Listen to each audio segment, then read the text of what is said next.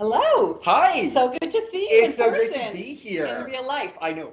We're staying 6 feet apart. We so are. I'm We are. really Yes. glad we're being responsible, but it's really great to do a live event in person. In person, for sure. And we've both been singly vaccinated. That's right. But we're still staying safe because normally we just interact on Instagram. That's so right. It is great to see you. It's been like 2 years of an Instagram friendship at this point. I know. I don't remember what the outside looks like. It's true. But I do want to say, for your benefit and in your honor, I've put on pants today that don't have an elastic waist. I think they call those hard pants. Hard pants. Well, that's what it felt like on the drive over here. I can't get them off my body fast enough, and I am wearing heels, which are already screaming at me. So, big day for us at Caesarstone. Big day for me personally.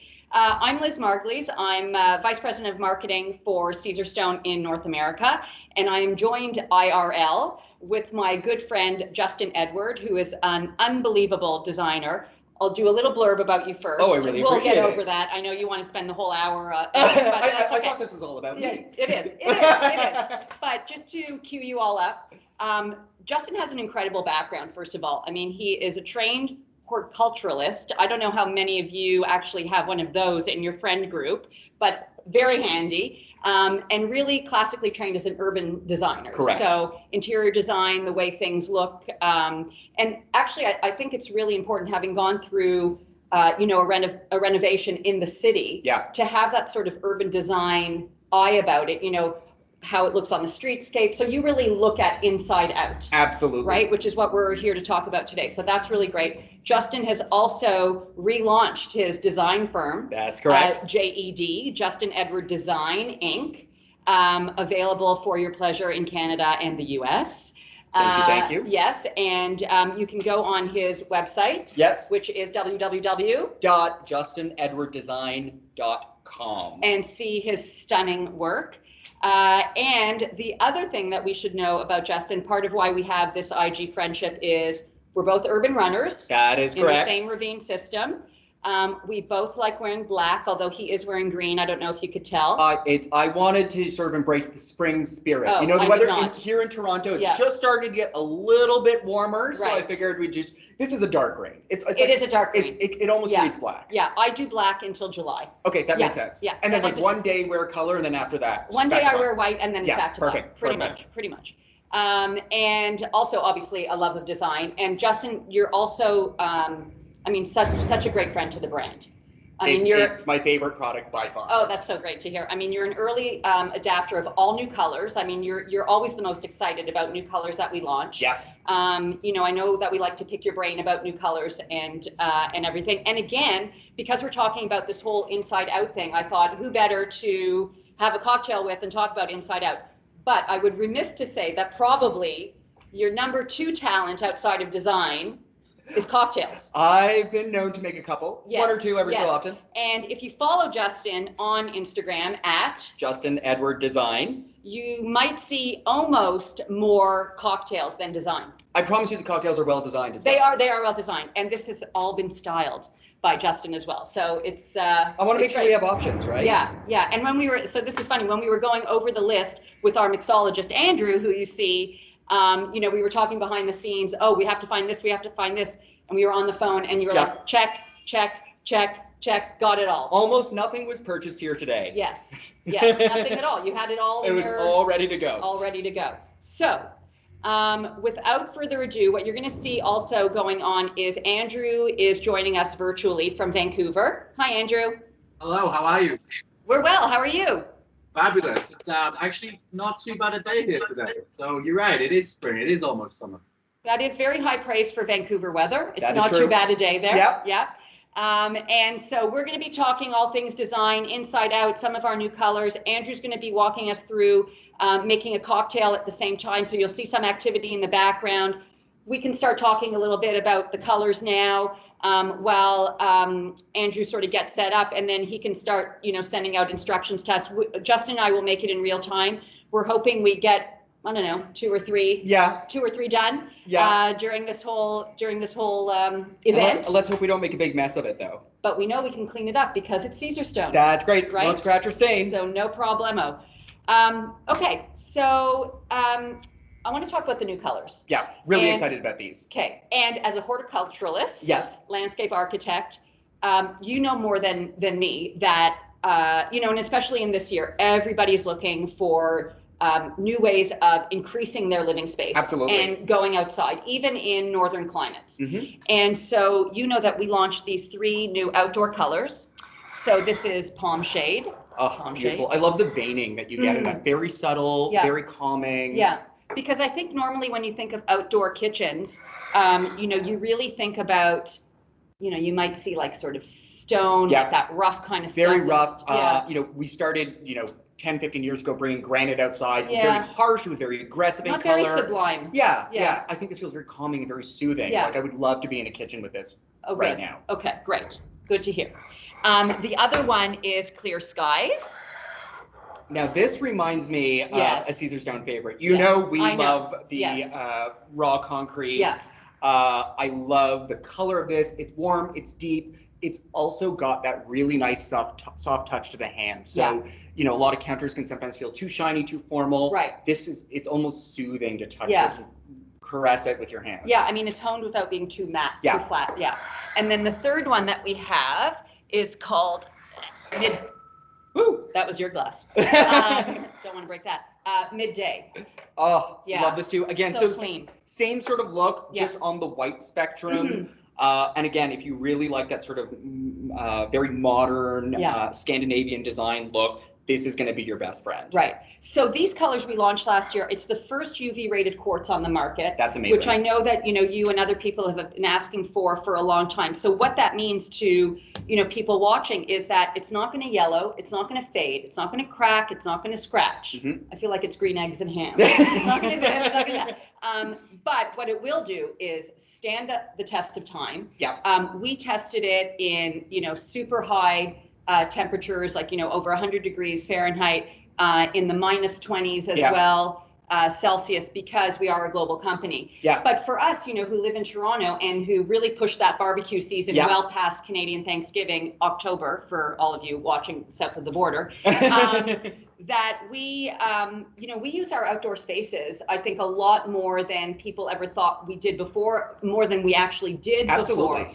And so these stand the test of time through all those temperature variances as well. I think one of the big points to put out here in Toronto in particular, we have really, really like constant swings in the temperature. Yeah. So like, a July day in Toronto can be almost 40 degrees and a January day can be minus 20, minus 30, And even in winter, the thing I've learned in my career, the biggest breakdown of materials comes from the winter, when it hits 2 or 3 degrees during the day and then dives down to minus 15 at night. Right. It's enough time for something to melt, get into any fissures or cracks, and then expand and cause the material to break down. Right. So I guess because this is 100% non-porous, that's one of the reasons why it's not going to happen. Exactly. Here. So you really can have confidence in building it. I think the other thing is that, to your point, they are very close to some of our most popular interior colors. True. And part of that obviously was by design, because people want to continue their aesthetic outside. They don't want the outside to look completely different from their inside.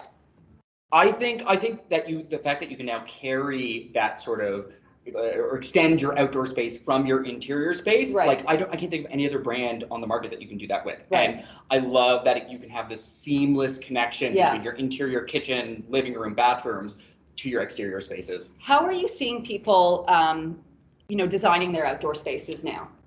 What are they doing more of? I think everyone's really prepared now to invest more in their outdoor spaces. And so, one, because of COVID, obviously, we're all stuck at home, and outside is probably the safest place to have a friend or family member over. So that means, we're really amping up that secondary kitchen, the outdoor kitchen. But the beautiful thing about a material like this is that you can really apply it anywhere. I mean, you can use it as, you could build a bench out of it. You could use it as a serving tray. You can use it it's so versatile, and you put it in, and then you absolutely you can forget about it. No maintenance. Right. One of the things actually that we should mention also is that it has a much higher fire rating than even our indoor. So you can do outdoor fireplaces, fire pits. That's really exciting. So much fun. Absolutely. And even we've seen it in pool surrounds. So it really is replacing so much other material that people have traditionally used for their outdoor spaces. Yeah. And I think it's really exciting too, because really you're getting a raw material here at Caesarstone that you can do anything with. Yeah. Like, the possibilities are through the roof. Yeah. So whatever you can imagine, this material can Right, take can it. do, yeah, which is really good. I'd love to see some of the designs that you're going to use with it. So I don't know, maybe we'll check in with Andrew now, who also is using some of our product to serve on and to showcase. But Andrew, what should be our first step? What do you want us to do, or what do you want people to start getting ready with?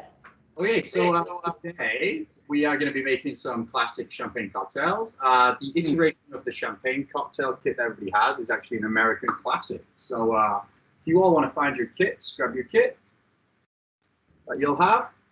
You'll see on the back, you'll have a bunch of information, but you can start to unpack your kits when you have them.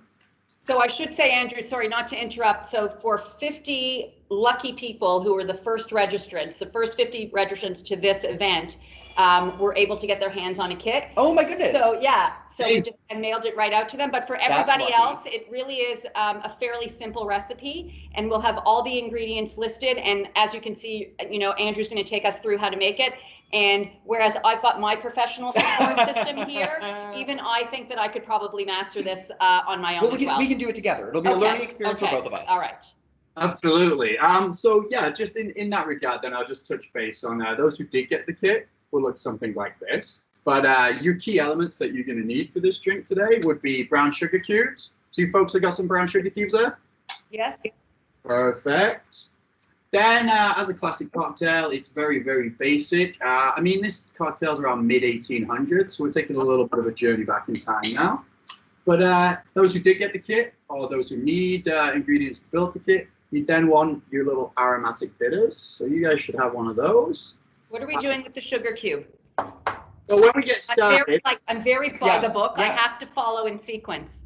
So what we'll do now is we're just going to touch base on all your ingredients. Inventory. It's like a get to know your ingredients. Okay, all right. I know you're excited, but I see you got a full-size bottle. We're very thirsty. Very thirsty. So you got 6 drinks coming to you anyway with that. Oh, good. Oh, we only have 4 glasses. You'll have to do a quick rinse and repeat in your beautiful kitchen now.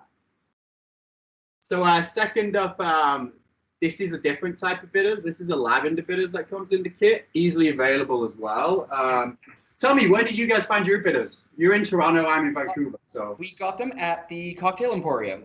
Perfect. Okay, I believe there's 3 locations, so really easy to locate. Oh, that smells lovely. It does so smell good. soothing. Yeah. So the floral one would obviously take you in a different direction. Think more like gin-based champagne cocktails. And then the second bitters is a lemon pepper bitters. All of these are from Scrappy's. That's going to give you a more citrus note when we build this drink. Give us. Beautiful, right? Lemon. Yes. Yeah. Exactly like that. The way I like to describe bitters to my guests, if they ever ask, is imagine it like the salt and pepper to a chef. It can create depth of flavor, but also create, if you have any imbalance, like a little bit too much sweet or sour, will nicely correct that out. So we got our basic ingredients here. Obviously, we're missing the important part. As a classic American, you're really just going to need some bubbles. The drier, the better. What did you have today there? We've got some cava. Beautiful, lovely. I'm going with so a excited. Perfect, awesome. Yeah, and like I said, 6 glasses in that bottle, so you're good for the rest of the day. We might have to pour a little extra in each of these. Exactly. Yeah. Well, if you have a bigger champagne glass, you'll be good. You got some beautiful. This economy. Towards the end, we'll be using like some fresh citrus. So I have a lemon here, pretty traditional garnish. Perfect. Yeah. And then some little tools you might find in your kitchen to make your life a little bit easier. If you're not too savvy with a knife, then I actually have a potato peeler to hand here. This means you'll get like a perfect garnish every time. Pre-shredded. Oh my God. Okay. Pre-shredded's good. Hey, I didn't want to risk. Pre-zested. Pre-zested. I didn't want to risk, trying to do a nice job of this on camera. So Well, I'll definitely give it a go on my end for you guys. Okay. I think you would do a much better job. Let's let him start. But to get started, actually, you can talk a little bit more about the stain resistance of Caesarstone. Sure. Absolutely, because first stage of this drink is you're going to get yourself a nice little square. I'm at home today, my home studio, home bar, so this is just some kitchen towel. And you Right. just both want to grab your glass and just place this just directly over the top of your glass.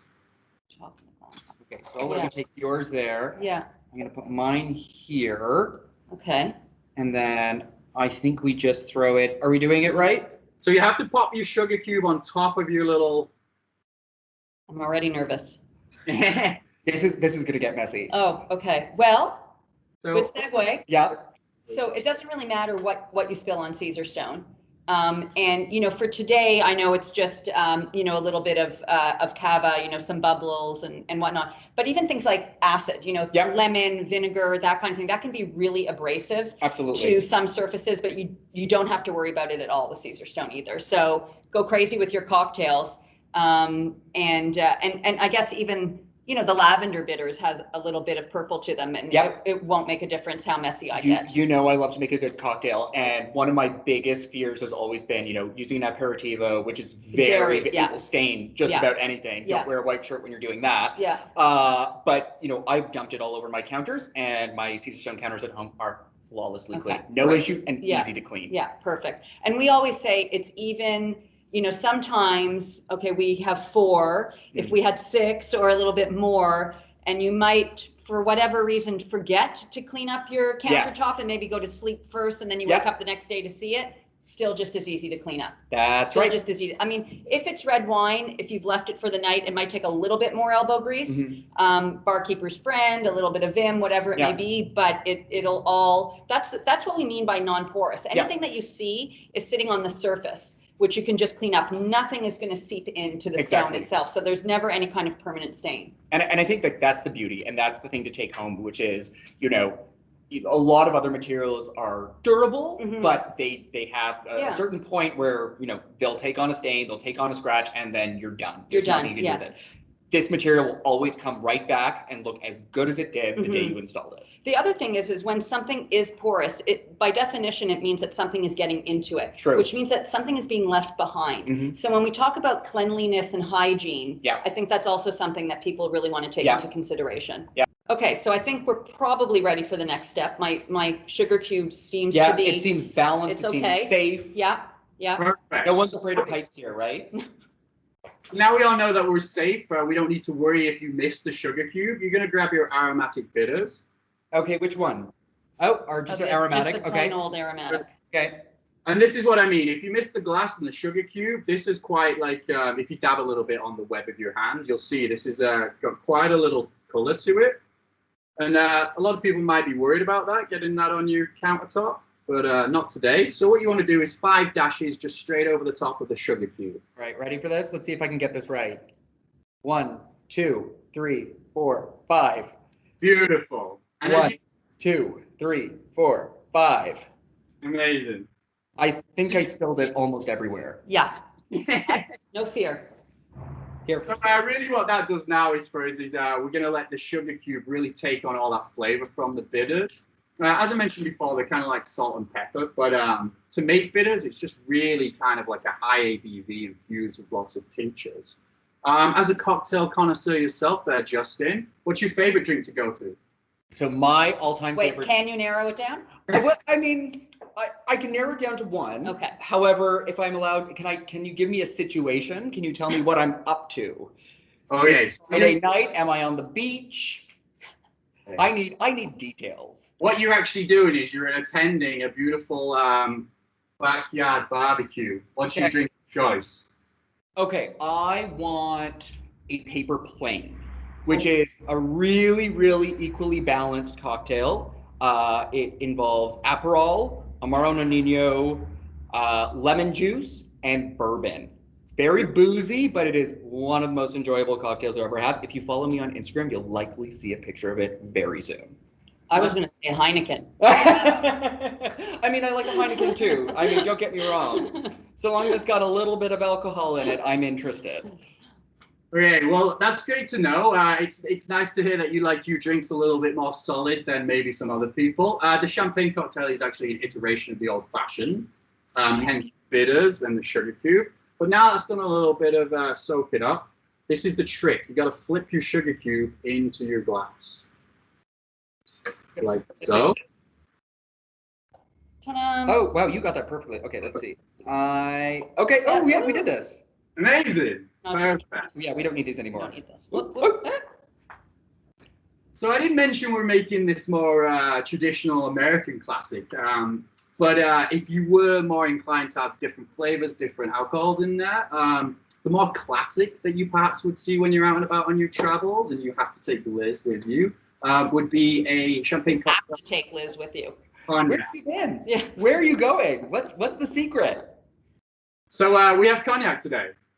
This will be a more bar appropriate as what you would expect in the modern era. So Hennessy, this is a VSOP, so that would stand for Very Superior Old Pale. Standard bar measure would be about 1 ounce. If you guys don't have it, no worries. You just taking the classic journey here. I'm going to add some just for a little bit of difference. Oh, and I got a little bit of spill on my Caesarstone here. No problem. We're skipping the cognac on this side. I Yeah. know, we've got yeah, to we're be lightweight. standing by Yeah. the end of this, you know. Yeah. Well, when I did add the liquor to this, straight away, just the pressure of the pour alone, it hits the sugar cube and it'll start to break it up a little bit. What's interesting about this cocktail, though, is lots of people perceive the sugar to add sweetness, but it's actually there to maintain the bubble within your drink when you drink in your drink. So Chemistry lesson. It is a chemistry lesson. Now, here's another question for you. If our viewers at home don't have cognac, is there anything else they might be able to substitute it with? Yeah, if you're really a fan of like more orangey notes as well, I'm always a fan of a little bit of Grand Marnier. Yeah. Grand Marnier. If you like a little bit of orange in a different profile, definitely try Cointreau. Cointreau's a good one to have in your back bar for all those margaritas I'm sure you make. How did you know? I've been in my house. So yeah, next stage would be to grab your bubbles. So I have Henkel today. Okay. I think we okay. This is going to be a dramatic moment. I've gotten quite good at this because I think I have a bottle. I think there's different technique though. Oh, Do you really? know the stages? Hmm? Do you know the stages of opening champagne? See, I mean, I don't know them formally, but I'd like to learn. Well, so a little trick. he knows them by osmosis. I know them by waking up in the morning, but So you'd have your thumb over the top of the cage. You slightly undo the cage, but the trick is to hold the bottle. You twist the bottle, not the cork. And okay. then So when the cage is off or when the cage is on? I typically leave the cage on, but I've been doing this for 15 years. Once you've got the cage off, Oh, wait a minute. He just took that as a challenge. Let's see what I can do here. Let's see what I can do I'm just here. gonna. Yeah, I feel like I'm for just gonna, safety like, go out reasons, of the, everyone the should. frame. Okay, so I'm gonna hold the bottle like this. Yes. So, thumb over the cork. Don't open the cork. No, thumb over the top, like so. Thumb over the top. Okay. And then I should demonstrate this, like so. And then you turn, but you turn the bottle, not the cork, and it should come loose within 6 turns or less. I think my hands are too moisturized for this endeavor right now. I was too focused on my youth this morning. The ball. I'll tell you what. I'm gonna let do you. it your way. I'm gonna let you do it your way, Yeah. and I'm gonna show the viewers at home how I do it my way. Are you gonna It's go nice for and easy? It's low stress, and nobody gets hurt. So I take the cage off. Although if the cork did hit the countertop again, shameless Yeah. plug, would not do anything. Would do nothing. No. Absolutely Okay. nothing. Now, the other thing to keep in mind is whenever the cage comes off the bottle of any sort of sparkling, there is a chance that that cork is now ready to burst off. So right. if you leave it idle, not a good idea. Because I've over moisturized my hands, I'm gonna use the cotton napkin here just to give me a little grip. I give it a little twist with a firm touch and pop. There we go. I could have done the other way because mine are scaly. That was beautiful. That was somewhere in the middle of no noise and celebrating the F1. Beautiful, beautiful. Excellent. A+, Justin. I think I did an okay job, right? Yeah, that was great. Okay, so we have our elements in there. When you go to top your drink up here, what you really want to do is slow and steady, and less is more, because you're going to get some foaming from the sugar cube and the bitters in there. So I like to try and do this without touching the glass, but you just want to go for it. Okay. Have you been doing your arm curls? Sure. How much am I putting in? So just a little, maybe about an inch to start. We just want to make sure that it doesn't foam over. We don't want to waste anything. I can see yours coming up the glass nice and steady there. Beautiful. I think you did that perfectly. Thank you. I think you have a career in bartending. You think? I think Everybody so. needs a side hustle. Everyone Everybody needs a side hustle. Yeah. And then you guys can continue to top up. Oh, we can keep on going. Okay. Okay. Well, let's do yours Okay, first. Let's okay. see what it looks like. First of all, I already love the color. Oh, look at that. That's so pretty. You should be getting some beautiful nose off that. Perfect. Slow and steady wins the race. I've heard that. Yeah, I don't know. Never tried it, but Yeah, exactly. Okay, you start. Okay. And then I'll continue on with mine. Let's see. I like to You like to tilt. tilt. I was told that's what you're supposed to do, but I could be wrong. But I was told that reduces the foam. Yeah, well, Right, and that's yeah. usually my goal to Right, reduce the foam. right. I think they typically recommend a 45-degree angle if you're into math. Oh, 45-degree angle. Okay, I know a little bit of math. He is a horticulturalist. He Well, knows that wasn't the math one. All these beautiful Like, straight lines. I feel like I'm off camera here, guys. I'm sorry. No, you're good. Here, I'll So, move mine in. please, Guys, which move Caesarstone It's fits in the still background? distanced. That's right. We gotta be. We gotta keep our distance. Okay. I think you need a little top up there. I do. I love this color. Yeah. Like, Which one we have in the background here, though, guys? it's summer afternoon, Yeah. and you've got this beautiful gray counter below it. Look at that color scheme. You've got this Yeah, sort of like on clear coral skies. color on clear skies. I think that's a beautiful scheme. Gorgeous. Let's see if we can lower this down. Are we going that high? Yeah, that looks beautiful. I guess standard champagne etiquette would be 2 fingers from the top of your glass. Oh, I think your fingers are thinner than that. Child-size hands. Yep, so I and think we can go that's higher. the measuring Yeah. metric that we are using today. That's right. We're using metric fingers. Metric fingers, not imperial. I love that we have one of each here. We have heavy-handed Justin and then by the book Liz. Perfect. See, that could be our TV show. That could be our TV show. That's right. So now we pretty much complete with our drink. It's just missing a little bit of other bitters, which is now an option. Did you want to go more floral Yeah. route Yeah, for sure. Which one would you like? or the lemon pepper citrus route? It's completely up to you. Oh, it's up to us. Why don't I'll do lemon, you do lavender, Oh, I love that. or the Okay. other way around, whichever one you want. Well, I'm actually really excited to try the lavender. Okay, so I'll do lemon. I'll let you do lemon. How many drops? So about 3 to 5 dashes just on the top of your drink there. These vials from Scrappy's work much the same. Now, a lot of people, I would like to say it's 50-50. Some people use flutes, which will concentrate the bubbles in your glass towards your nose. Some people use coupettes. I like a coupette. It's a little bit extra bougie, but your typical standard. I like a coupe. I like a coupe coupe too, and I like that it's bougie. I like anything bougie. I also associate a coupe with my parents' era. Interesting. Yeah. So here's the thing.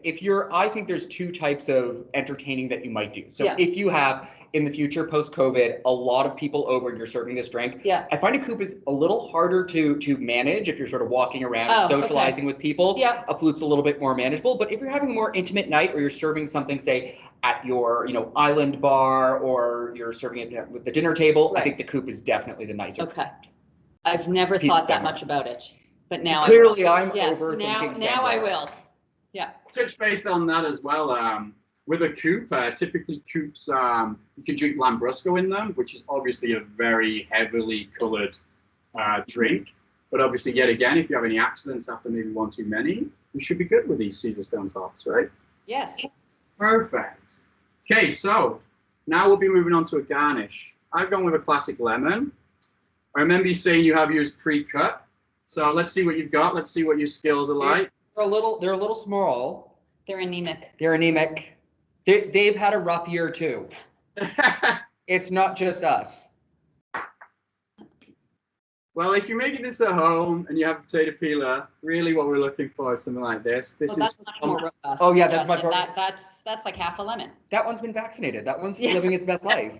it's healthy. So we call this a swap. When you see the little spirally ones in drinks, they're called Chanels. It's just a different type of zester.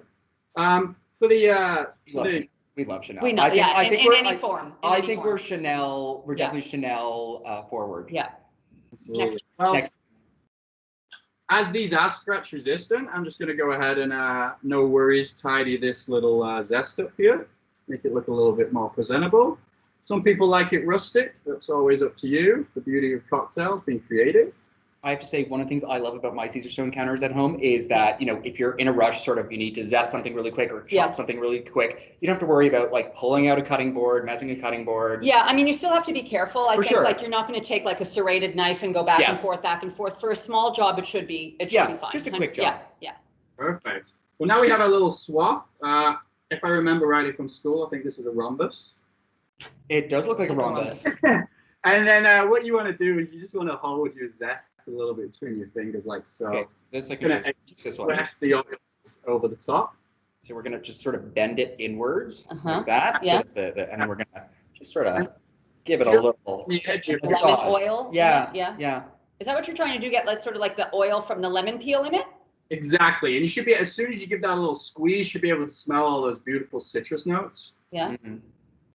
And then do we pop it in or discard? And we can just throw it in. Oh. It's like a little bit of personal preference. Some people like garnishes on the side. I don't mind mine being in my drink. It's each to their own. I find garnishes on the side. I know this sounds so ridiculous, but I was once at a party. Okay. I haven't even had a drink yet. I was once at a party and they had really beautiful cocktails with garnishes on the side. And there was a very, very refined woman who was walking around all evening with the garnish on her cheek. Oh no! I think that's literally my worst. I know. And no one, I didn't know her. Otherwise, I mean, I should have anyway, but no one said anything to her.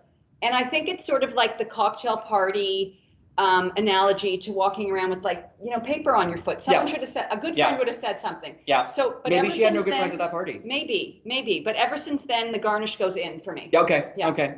But okay. Well, here's the follow-up question: is if you take a sip of this and then the garnish ends up on your face? I mean, you're. But back I think at I the would same feel it that way. I think she thought that too. I'd be very surprised if I didn't know I had a swath of lemon that size stuck to my face. Maybe you know what? Maybe it was a look. Maybe it was a statement. Maybe it was deliberate. Yeah. Well, that would conclude our creation of a classic drink here. Obviously, mine's got Hennessy in. I obviously implore you to try different creations. The kits. I don't think it concludes it until we taste it. Well, I mean, we should find out if it tastes good first, right? I didn't get back to that part. I was going to say, but now would be the time we cheers. Oh, okay. So cheers to Caesarstone. Cheers to Caesarstone. Cheers to everybody who's with us today. Cheers to better times. Absolutely. Clear skies on a midday under a palm shade. I love that. That is a dream we can all aspire to. Yes. Cheers. Cheers. And thank you so much. It's Justin. my pleasure to be here. Thank you for having me. And we'll do more IRLs. More IRLs. IRLs. More. Okay, guys. What's the taste test? Oh. That's lovely. Really good. Yeah, very soothing. Do you taste the lavender in yours? I do. It's very, very subtle. I really enjoy that. I think we're going to have to make a second one and I almost ate the garnish. I think we call that karma. Yeah. Where we just do, I was once at a party and tell stories that have happened and see if they happen tonight. Maybe it's a premonition. Absolutely. That's so, you know what, the bitters, I think people, you know what's interesting? I think people, you know, are afraid of things like that. Yeah. Right? It's an ingredient that unless you're Justin, you don't have necessarily in your home bar. Yeah. And so I think the surprise of how much, you know, how little you need and how much it adds to a drink. And it really was, I mean, I'll call myself a fool. It was foolproof. Yeah, you know, was so easy. If I could get it onto the sugar cube and then in and everything, I mean, I can master this now. So and you did it with such grace. Thank you. But this has been so much fun. Yeah. And so fantastic. Andrew, thank you for your time and for your expertise. We again wish everybody the best. To those who got the cocktail kit, go at it, have fun. To those who didn't, I think that, you know, it was really straightforward. So also we want you to go at it, have fun.